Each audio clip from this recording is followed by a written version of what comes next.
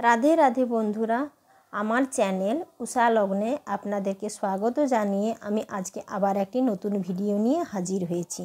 আজকে আমি বলবো অক্ষয় তৃতীয়া কবে পড়েছে, এই দিন কি পুজো হয় এবং কি কেনা শুভ, কি কেনা অশুভ, আমি সেই সম্বন্ধে বলবো বলে এসেছি। অক্ষয় তৃতীয়া হিন্দু তথা পুরো বিশ্বের কাছে একটি পবিত্র দিন। এই দিনটিকে সুখ, সমৃদ্ধি, সফলতার দিন হিসাবে মানা যায়। অক্ষয় মানে যার কোনো ক্ষয় নেই। এই দিন থেকে ত্রেতা যুগের শুরু হয়েছিল। কোনো কিছু শুরু করার জন্য এই দিনটি একদম পারফেক্ট। 2025 সালে 29শে এপ্রিল সন্ধ্যা 5:31 থেকে 30শে এপ্রিল দুপুর 2:12 শেষ হচ্ছে এই তিথি। পুজোর সময় এপ্রিল 30 সকাল 5:40 থেকে দুপুর 12:18 পর্যন্ত এই তিথি থাকছে। এই দিন থেকে ত্রেতা যুগের শুরু হয়েছিল এবং ভগবান বিষ্ণুর ষষ্ঠ অবতার পরশুরাম জন্মেছিলেন। অন্যদিকে এই দিন মহর্ষি বেদব্যাস শ্রী গণেশের দ্বারা মহাভারত লেখা শুরু করেছিলেন।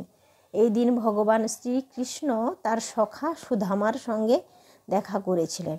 এই দিন মা গঙ্গা স্বর্গ থেকে মর্তে আগমন করেছিলেন। এই জন্যে এই দিনটি হিন্দুদের কাছে খুবই পবিত্র। অক্ষয় তৃতীয়ার দিন আমাদের হিন্দু ধর্মে সোনা কেনা খুবই শুভ মনে করা হয়। সোনাকে সুখ সমৃদ্ধির প্রতীক মনে করা হয়, তাই সকলে এই দিন একটু সোনা কেনার চেষ্টা করেন। অনেকে এই দিন সোনা বা রূপোর কয়েনও কিনে থাকেন মা লক্ষ্মীর আশীর্বাদ হিসাবে। সোনা কেবলমাত্র একটি ধাতু নয়, এটি উন্নতি এবং সফলতার প্রতীক। তাই এই দিন সোনা কেনার অর্থ জীবনে উন্নতি এবং সুখ সমৃদ্ধিকে ডেকে আনা। সোনা রূপো ছাড়া আরও অনেক জিনিস আছে এই দিন কিনে আনলে বাস্তুশাস্ত্র অনুসারে অক্ষয় পুণ্য পাওয়া যায়। মা লক্ষ্মীর চরণ যুগল, গোটা নারকেল, জব ধান, গম বা গোটা ধনে, শ্রীযন্ত্র, লক্ষ্মী কড়ি এইসব জিনিস কিনে আনলে ঘরে মা লক্ষ্মীর আগমন হয়, কারণ এইসব জিনিস মা লক্ষ্মীর খুবই প্রিয়। এই দিন মা লক্ষ্মী ও গণেশের পুজো হয়। মৎস্য পুরাণ মতে এদিন লক্ষ্মীনারায়ণের পুজো খুব শুভ।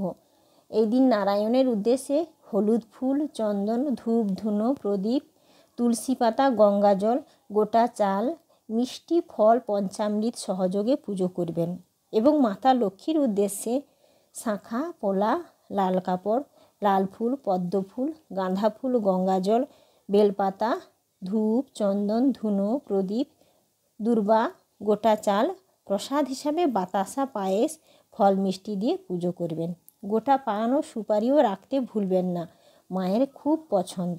ভোগ গ্রহণের পরে পান সুপারি মাকে দিতে হবে। আর গণেশ ভগবানের পুজো করলে 21টি দুর্বা, লাল জবা ফুল, গাঁদা ফুল, বেলপাতা, ভোগ হিসাবে পেয়ারা, জোড়া কলা, অবশ্যই বেসনের লাড্ডু এসব রাখবেন এবং পান সুপারিও গণেশের পছন্দ, পান সুপারিও রাখতে ভুলবেন না। গরিবদের চাল, আখ, ছাতু ও দই দান করুন। আর কি কিনবেন যা কিনা খুবই শুভ, তা হলো এই দিন জমি, ভবন, যানবাহন, পেতল, নতুন পোশাক, বই, আসবাবপত্র এবং সোনা রূপো তো কিনবেন, আগেই বলেছি। আর কি কিনবেন না যা অশুভ, তা হলো অ্যালুমিনিয়াম, স্টিল, প্লাস্টিক কেনা থেকে বিরত থাকুন। এই দিন কাউকে টাকা দেওয়া বা নেওয়া থেকে বিরত থাকুন। এই দিন কাঁটাযুক্ত গাছ এবং কালো রঙের পোশাক কেনা অশুভ মনে করা হয়। লবণ কিনতেও ভুলবেন না। কথায় আছে যে লবণ নেতিবাচক শক্তিকে দূরে রাখে, পূর্বপুরুষেরাও খুশি হয়। আজকে আমি এইটুকুই বলছি। আবার একদিন নতুন ভিডিও নিয়ে উপস্থিত হব। ভালো লাগলে আমার চ্যানেলটিকে লাইক, সাবস্ক্রাইব করুন, পাশে থাকবেন। ধন্যবাদ।